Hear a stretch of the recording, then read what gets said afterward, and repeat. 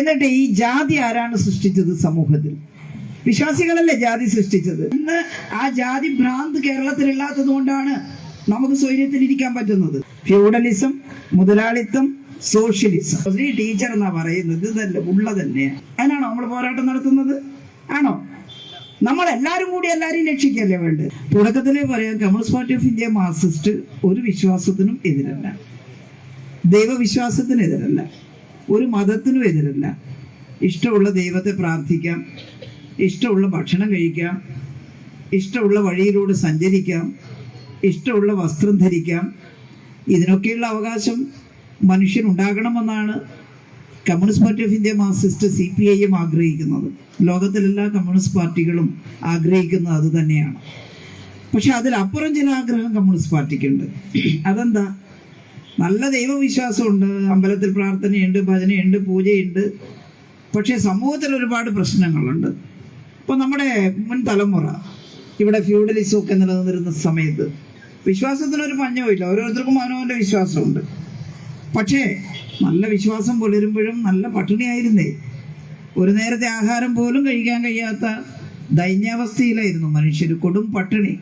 അന്ന് ദൈവവിശ്വാസം കുറഞ്ഞു പോയിട്ടല്ല, നല്ല വിശ്വാസികളായിരുന്നു അന്നത്തെ ആളുകളും. ഇന്നത്തെ രീതിയിലല്ല. അവരുടെ കാലത്ത് അവരുടെ സങ്കല്പത്തിനനുസരിച്ചുള്ള ദൈവങ്ങളും അതിനനുസരിച്ചുള്ള പ്രാർത്ഥനകളും. ഇന്ന് മനുഷ്യന്റെ ജീവിത നിലവാരം വളർന്നിട്ടുണ്ട്, പ്രാർത്ഥനയുടെ നിലവാരവും വളർന്നിട്ടുണ്ട്, അല്ലേ? അമ്പലങ്ങളുടെ ഉത്സവത്തിന്റെ രീതിയെല്ലാം മാറിയിട്ടുണ്ട്. വലിയ പണമൊക്കെ സ്വരൂപിച്ച് ആഘോഷപൂർണമായി ഉത്സവം നടത്താൻ ഇന്ന് സാധിക്കുന്നു. കയ്യിൽ സമ്പത്തുള്ളവരും കയ്യിൽ സമ്പത്തില്ലാത്തവരും എന്ന രീതിയിലുള്ള വേർതിരിവ് സമൂഹത്തിൽ വന്നു. ഇന്ന് ഭൂമിയിലെ സകല പ്രശ്നങ്ങൾക്കും കാരണം സമ്പത്തുള്ളവനും ഇല്ലാത്തവനും എന്ന മനുഷ്യരുടെ ഇടയിലെ വേർതിരിവാണ്.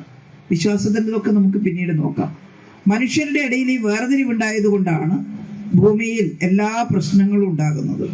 നോക്കൂ, എന്താ മനുഷ്യർ അനുഭവിക്കുന്ന ഏറ്റവും വലിയ പ്രശ്നം ഭൂമിയിൽ?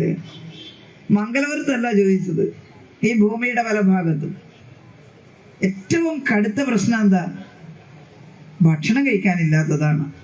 കൊടും പട്ടിണി കിടക്കുന്ന മനുഷ്യര്, അവനവന്റെ പ്രദേശത്ത് നിന്ന് ആട്ടി ഓടിക്കപ്പെടുന്നവര്. നിങ്ങൾ അഭയാർത്ഥി പ്രവാഹമൊക്കെ നിങ്ങൾ വായിക്കാറില്ലേ? രോഹിംഗ്യൻ അഭയാർത്ഥികൾ അല്ലേ? അവരവിടുന്ന് ഒരു രക്ഷയും താമസിക്കുന്ന നാട്ടിലില്ല, അടിച്ചോടിക്കുന്നു. നിങ്ങൾക്കിവിടെ അവകാശമില്ല, ഇവിടുത്തെ സമ്പത്ത് നിങ്ങൾക്കും കൂടി തരാനില്ല, അതുകൊണ്ട് നിങ്ങൾ ഈ നാടിന്റെ പൗരന്മാരല്ല. എത്രയോ വർഷകാലമായിട്ട് ഒരു നാട്ടിൽ താമസിക്കുന്ന മനുഷ്യരോട് അവിടെ അധികാരം കൈയാളിയിരിക്കുന്ന, സമ്പത്ത് കൈവശം വെച്ചിരിക്കുന്ന വലിയ മുതലാളിമാർ പറയുന്നത് നിങ്ങൾ ഓടിപ്പോകണമെന്നാണ്. ഞാൻ ചോദിക്കട്ടെ, മംഗലപുരത്തുകാരോട് ആരെങ്കിലും വന്നിട്ട് നിങ്ങൾ മംഗലപുരത്തുകാർ യഥാർത്ഥത്തിൽ ഈ മംഗലപുരത്തിന്റെ അവകാശികളല്ല, നാളെ മുതൽ നിങ്ങൾ കുഞ്ഞുകുട്ടി കുടുംബം ഇവിടുന്ന് പൊയ്ക്കൊള്ളണം എന്ന് പറഞ്ഞ് നമ്മളെ അടിച്ചോടിക്കുന്നു എന്ന് വെക്കുക. അങ്ങനെ പോകുമ്പോഴുള്ള കോലാഹലം എന്തായിരിക്കും? നിങ്ങളുടെ സ്വത്ത് വകകൾ ഒന്നും കൊണ്ടുപോകാൻ പറ്റുന്നില്ല, നിങ്ങൾക്ക് ബാങ്ക് ബാലൻസ് ഉണ്ടെങ്കിൽ അതിന്റെ അവകാശിയാവുന്നില്ല. നിങ്ങൾ ഇവിടുന്ന് എവിടുത്തെന്നറിയാത്ത ഒരു പലായനം വിധിക്കപ്പെട്ടാൽ കുട്ടികളെല്ലാം കൂട്ടി കിട്ടുന്ന വണ്ടിയിൽ തിരികെ കയറ്റി എവിടെന്നറിയാതെ യാത്ര ചെയ്യുന്നു. ആഹാരം കഴിക്കാൻ കയ്യിൽ കാശില്ല, ആഹാരമില്ല, പട്ടിണി കിടക്കുന്നു. എവിടെയെങ്കിലും ഇറങ്ങി പച്ചവെള്ളം മുക്കി കുടിക്കുന്നു. കുറെ കഴിയുമ്പോൾ വെള്ളവും കിട്ടാനില്ലാത്തടുത്തെത്തുന്നു. സ്ത്രീകളൊക്കെ ആകുമ്പോൾ വെള്ളം കിട്ടിയിട്ടില്ലെങ്കിൽ ബുദ്ധിമുട്ടെന്താ, അല്ലേ? മാസത്തിൽ സ്ത്രീകൾക്ക് ചില ദൈവിക പ്രക്രിയകളുണ്ട്, അതൊന്നും വൃത്തിയാക്കാൻ സാധിക്കുന്നില്ല. പ്രസവിക്കാറായ സ്ത്രീകൾക്ക് പ്രസവിക്കാൻ ഒരു ആശുപത്രി ഇല്ല, വഴിയിൽ പ്രസവിക്കുന്നു. ചിന്തിക്കാൻ പറ്റുമോ നിങ്ങൾക്കിത്? ഇങ്ങനെ മനുഷ്യ സമൂഹം അനുഭവിക്കുന്നുണ്ട് എന്നുള്ളത് വാർത്താമാധ്യമങ്ങളിലൂടെയൊക്കെ നമ്മൾ കാണുന്നുണ്ടല്ലോ. ഈ അഫ്ഗാനിസ്ഥാനിലും ഏകദേശം അങ്ങനെയൊക്കെ ആയിരുന്നു നജീബുള്ള വരുന്നതിന് മുമ്പേ.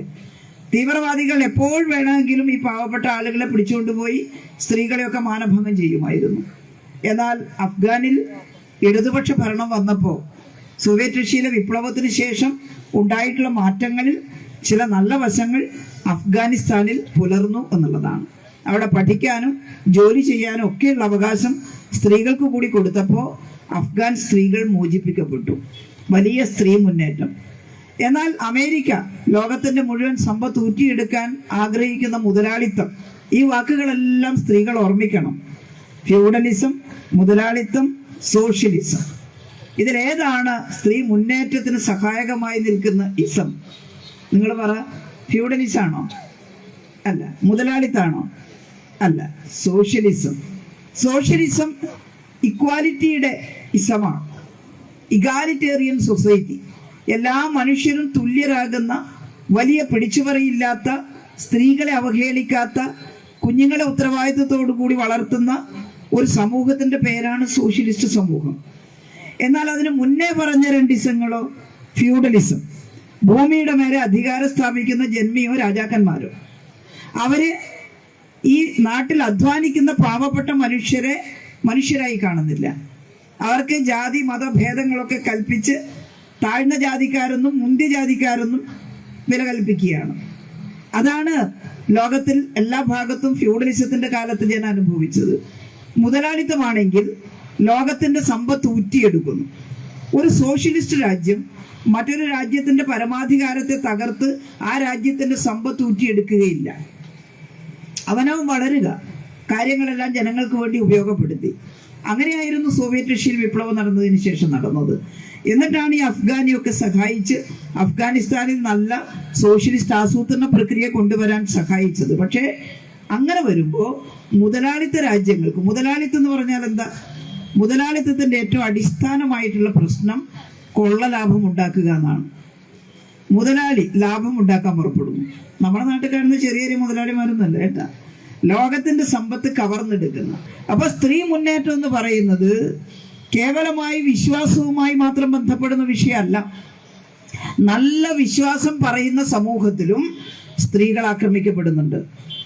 നമ്മുടെ വിശ്വാസം ഒരു നല്ല സാമൂഹ്യ വ്യവസ്ഥിതിയിലുള്ള വിശ്വാസമാണ്. ആ സാമൂഹ്യ വ്യവസ്ഥിതിക്ക് മാത്രമേ സ്ത്രീയുടെ ജീവിതം മെച്ചപ്പെടുത്താൻ സാധിക്കൂ.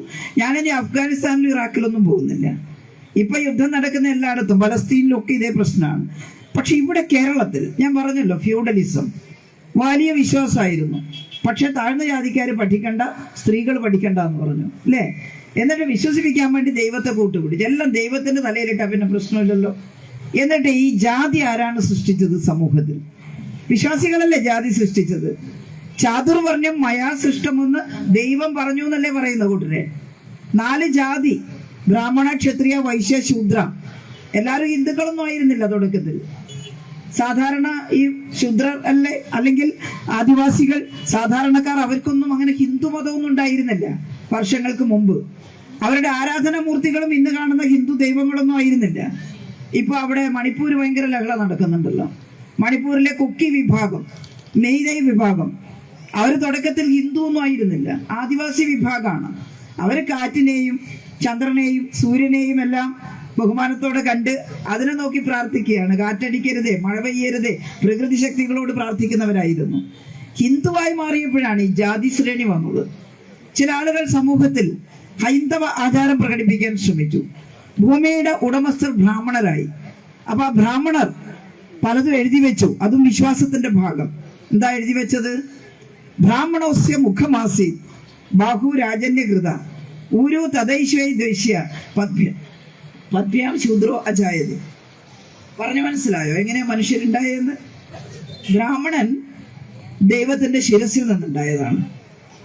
അതുകൊണ്ട് സമൂഹത്തിലെ ഇന്നത്തെ ബ്രാഹ്മണനൊന്നും അല്ല കേട്ടോ, കേരളമൊക്കെ മാറി.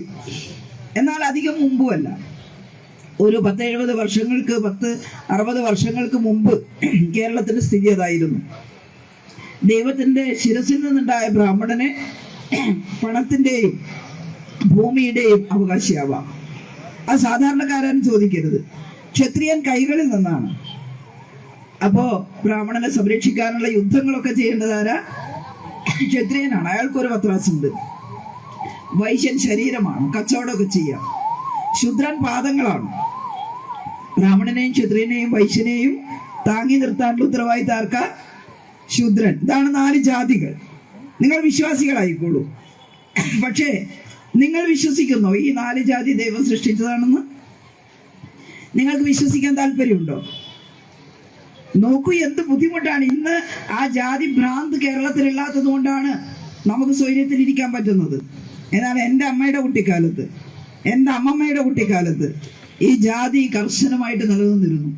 അപ്പൊ ശൂദ്രൻ എന്ന് പറയുന്നത് ഇന്ന് കേരളത്തിലുള്ള നായരും നമ്പ്യാരും ഈഴവനും ഒക്കെ ആയിട്ടുള്ള ആളുകൾ ശൂദ്രന്മാരാ. ആ ശൂദ്രന്മാർക്ക് ചില ജോലി കൽപ്പിച്ച് നൽകിയിരുന്നു. ചിലര് തമ്പുരാനെ പല്ലക്കിൽ ചുമന്നു കൊണ്ടുപോകണം, ചിലര് തമ്പുരാന്റെ കാര്യസ്ഥന്മാരാകാം, ചിലര് കച്ചവടമൊക്കെ നടത്തുക ചെറിയ ചെറിയ. ചിലര് പാനെയ്യാം, ചിലർക്ക് പാത്രങ്ങൾ ഉണ്ടാക്കാം, അങ്ങനെയൊക്കെ ഉണ്ടായിരുന്നു. ചിലര് വയലിൽ പണിയെടുക്കണം, പറമ്പത്തും കൃഷിപ്പണി. ഇങ്ങനെ ശൂദ്രന്മാരെ വേർതിരിച്ചു നിർത്തി. ശൂദ്രനിലും ഒരു കയറ്റിറക്കം ഉണ്ടായിരുന്നു. ശൂദ്രനിൽ താഴത്തെ പണിയായിരുന്നു ഈഴവരും മറ്റുമൊക്കെ. ഇനി ഇതിലും പെടാത്ത മനുഷ്യരുണ്ടായിരുന്നു എന്നാണ്. അവർണർ, ഈ വർണ്ണത്തിൽ പെടാത്തവര് അതാരാ? പറയൻ, പുലയൻ, അല്ലെ, കുറുമർ എന്നെല്ലാം പറഞ്ഞ ആളുകള് മനുഷ്യരല്ല. അവരെ ചവിട്ടി തേച്ച് കളയണമെന്നാണ്. കണ്ടാൽ അവരെ കൊന്നാൽ ഒന്നും ചോദിക്കാനും പറയാനും ഇല്ല. ഇതായിരുന്നു സമൂഹ നീതി. ആ സമൂഹ നീതിയാണോ ഇന്ന് കേരളത്തിൽ പുലരുന്നത്? നിങ്ങൾ ആലോചിച്ച് നോക്കൂ. ശൂദ്രം അക്ഷര സംയുക്തം ദൂരത പരിവർജിയെന്ന. ഇപ്പറഞ്ഞ ശൂദ്രന്മാരൊന്നും അക്ഷരം പഠിക്കണ്ട. അക്ഷരം സ്വത്തിനുടമയായിട്ടുള്ള ബ്രാഹ്മണർ പഠിച്ചാൽ മതി. വേദം അവരുച്ചരിച്ചാൽ മതി. വേദം ഉച്ചരിക്കുന്ന കേട്ട ശൂദ്രന്റെ ചെവിയിൽ ഈയം ഉരുക്കി ഒഴിക്കും. വേദം ഉച്ചരിച്ച് ശൂദ്രന്റെ നാക്ക് പിഴുതു കളയും. ഇപ്പൊ പറയുമ്പോൾ നമുക്ക് ആലോചന, ഈ ടീച്ചർ എന്നാ പറയുന്നത് ഇതല്ല, ഉള്ള തന്നെയാണ്.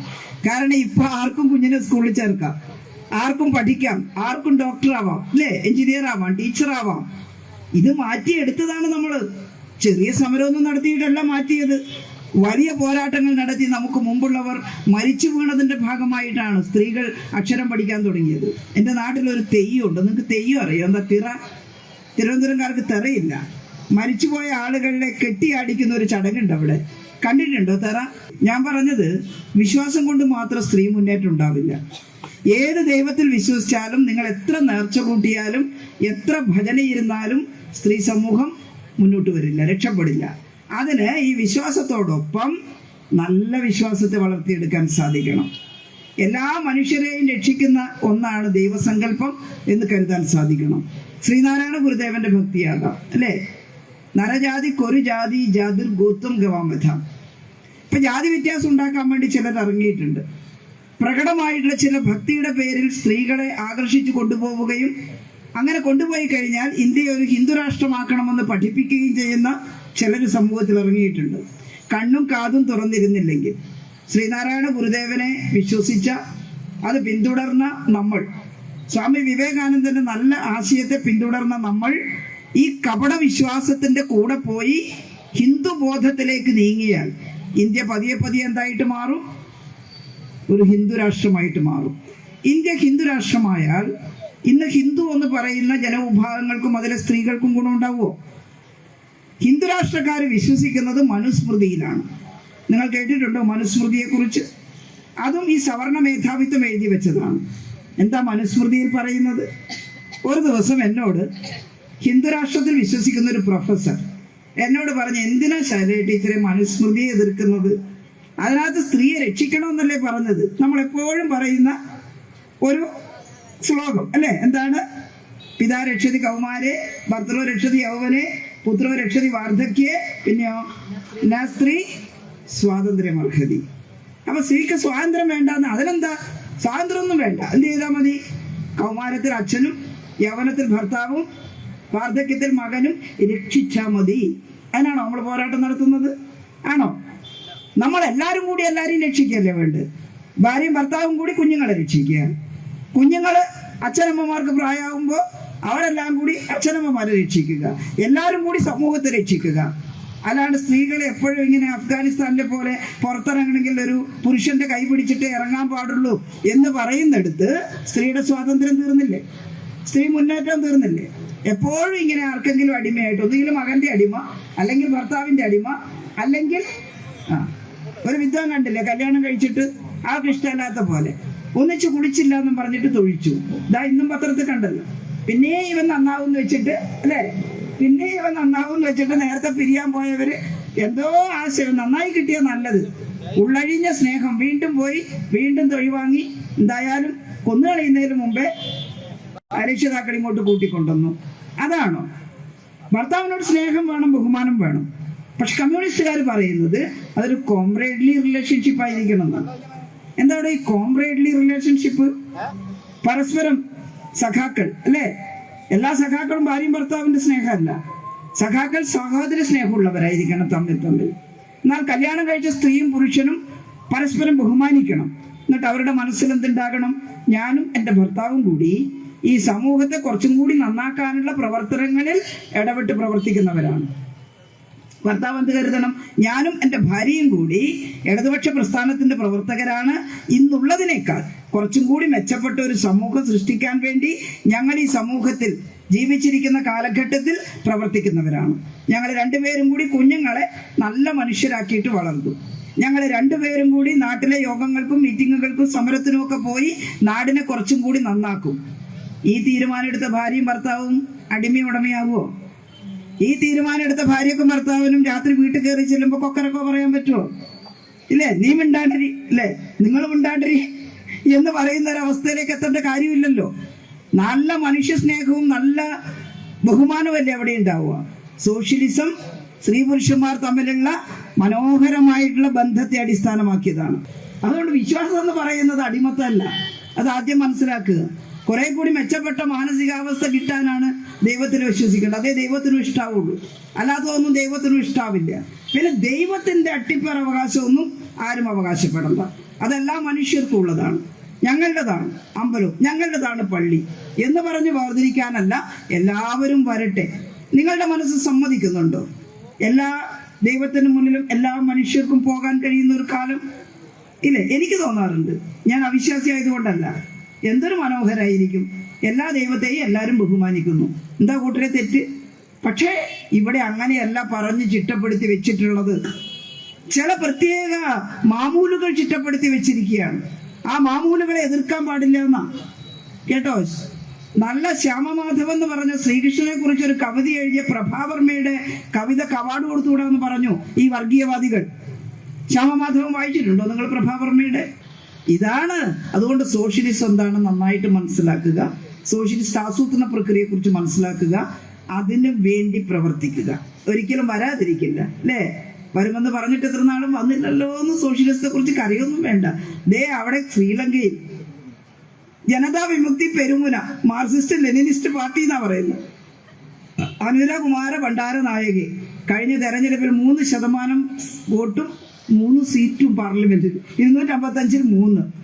അക്കൗണ്ടിലാണെങ്കിൽ ഇവിടുത്തെ കോൺഗ്രസ് BJP മാറി മാറി പരീക്ഷിച്ചതുപോലെ 2 പാർട്ടിക്കാരെ മാറി മാറി ലങ്ക പരീക്ഷിച്ചു. ആഗോളവൽക്കരണ നയമൊക്കെ സ്വീകരിച്ച് ഇന്ത്യയെ പോലെ കട്ടപ്പുകയായി, വിലക്കയറ്റായി, വലിയ പ്രശ്നമായി. അപ്പൊ പൊറുതി മുട്ടിയായിരുന്നു ജനം പറഞ്ഞു നമുക്ക് സോഷ്യലിസം പരീക്ഷിച്ചു നോക്കാം, ഇല്ലേ? ഒറ്റ വോട്ട് ചെയ്യൽ എല്ലാവരും കൂടി സോഷ്യലിസത്തില്. ജനതാ വിമുക്തി പെരുമുനയ്ക്ക് 255-ൽ 195 സീറ്റ്, അവിടെ നിന്ന് 3-ൽ നിന്ന്. ഇന്ത്യയിലോ സംഭവിച്ചുകൂടായികയില്ല. പക്ഷെ ഇന്ത്യയിലെ ജനങ്ങൾക്ക് മനസ്സിലാവണം, സോഷ്യലിസമാണ് ആൾട്ടർനേറ്റീവ്. ആൾട്ടർനേറ്റീവ് ഇല്ല. ടീന സിൻഡ്രം എന്നാണ് മുതലാളിത്തം പറയുന്നത്. There is no alternative. TINA. There is alternative എന്നാണ് ആര് പറയുന്നത്? സോഷ്യലിസം പറയുന്നത്. അതുകൊണ്ട് നല്ല സോഷ്യലിസ്റ്റ് മനോഭാവക്കാരായിട്ട് മാറുക. നല്ല വിശ്വാസം, സമാധാനത്തിന് വേണ്ടി ഇഷ്ടമുള്ള ദൈവത്തെ പ്രാർത്ഥിക്കുക, ഇഷ്ടമുള്ള ഭക്ഷണം കഴിക്കുക, പരിപാടികളിൽ പങ്കെടുക്കുക, അല്ലേ? സാമൂഹ്യ പ്രവർത്തനം നടത്തുക. എന്നിട്ട് നല്ല മനുഷ്യരായി നമ്മളെ കുഞ്ഞുങ്ങളെ നമുക്ക് ഇതിനേക്കാളും വൃത്തിയുള്ള ഒരു സമൂഹത്തിലേക്ക് അയക്കണ്ടേ? അതിനുവേണ്ടി മുതലാളിത്ത ഫ്യൂഡൽ സമൂഹത്തിന്റെ തിന്മകൾക്കെതിരെ പോരാട്ടം നടത്താൻ സ്ത്രീകൾ മുന്നോട്ട് വരുമ്പോഴാണ് നല്ല ആർജവമുള്ള സ്ത്രീകൾ ഉണ്ടാകുന്നത്. അവർ ഇന്ത്യൻ ഭരണഘടനയിലെ ജനാധിപത്യവും മതേതരത്വവും സംരക്ഷിക്കാൻ താല്പര്യമുള്ളവരാണ്. നമുക്ക് ഹിന്ദു രാഷ്ട്രം വേണ്ട, ഇസ്ലാം രാഷ്ട്രം വേണ്ട, ഒരു മതത്തിന്റെ രാഷ്ട്രവും വേണ്ട, നമുക്ക് ജനാധിപത്യ രാഷ്ട്രം മതി എന്ന് പറയാൻ കഴിവുറ്റ സ്ത്രീകൾ. ഒരേ ഭജനയും പ്രാർത്ഥനയായിട്ട് കഴിയലല്ല, ഇതിന്റെ പുറകെ ശക്തമായിട്ട് നിൽക്കാൻ കഴിയുന്ന സ്ത്രീ സമൂഹത്തിനാണ് സ്ത്രീ മുന്നേറ്റം കൂടുതൽ മുന്നോട്ട് കൊണ്ടുപോകാൻ സാധിക്കുക. ഇന്നുള്ള മുതലാളിത്തത്തിന്റെ എല്ലാ ദോഷങ്ങളും, ബലാത്സംഗവും, കൊലപാതകവും, പെൺകുട്ടികളെ ദ്രോഹിക്കലും, തൊഴിലിടങ്ങളിലുള്ള ആക്രമണവും, ഇതെല്ലാം ഒരു മുതലാളിത്ത സമൂഹത്തിന്റെ ശേഷിപ്പാണ്. സോഷ്യലിസ്റ്റ് സമൂഹത്തിൽ അതൊന്നും ഉണ്ടാവില്ല. പ്രൊമോഷൻ കിട്ടാൻ വേണ്ടി മേലുദ്യോഗസ്ഥന് കീഴ്പ്പെടണമെന്ന മനോഭാവം മുതലാളിത്ത സമൂഹത്തിന്.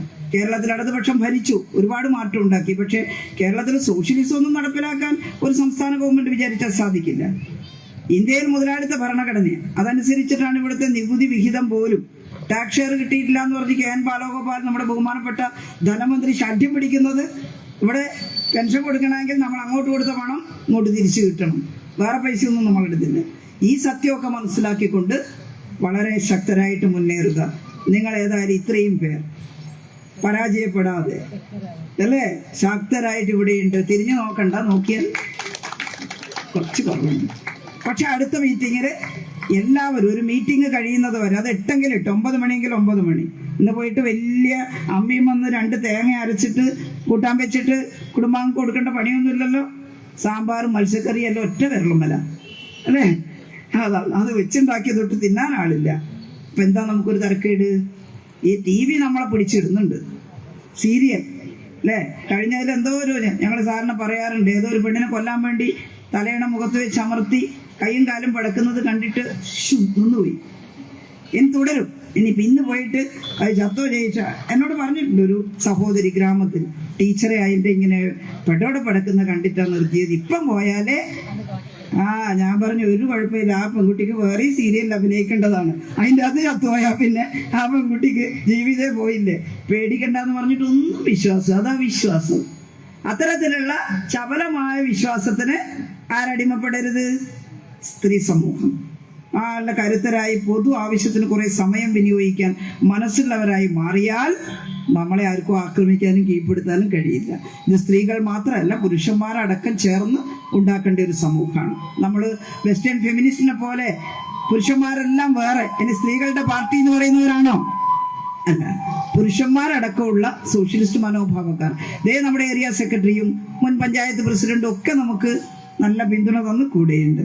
അതുകൊണ്ട് അവരുടെ എല്ലാ സഹായത്തോടു കൂടി സ്ത്രീ മുന്നേറ്റം ഉണ്ടാക്കി നല്ല പുരോഗമനവാദിയായ സ്ത്രീയായി മാറുക എന്നതാണ് ജില്ലാ സമ്മേളനത്തിന്റെ ഭാഗമായി പാർട്ടി മംഗലപുരത്തെ സ്ത്രീകളെ ആഹ്വാനം ചെയ്യുന്നത്.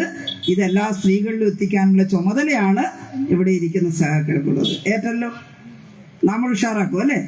ഓക്കെ. അപ്പോൾ സമ്മേളനത്തിന്റെ എല്ലാ പരിപാടികളിലും പങ്കെടുക്കുക സഖാക്കളെ എന്നുകൂടി സൂചിപ്പിച്ചുകൊണ്ട് വലിയ സന്തോഷത്തോടു കൂടി ഞാൻ ഈ സെമിനാർ ഉദ്ഘാടനം ചെയ്തത്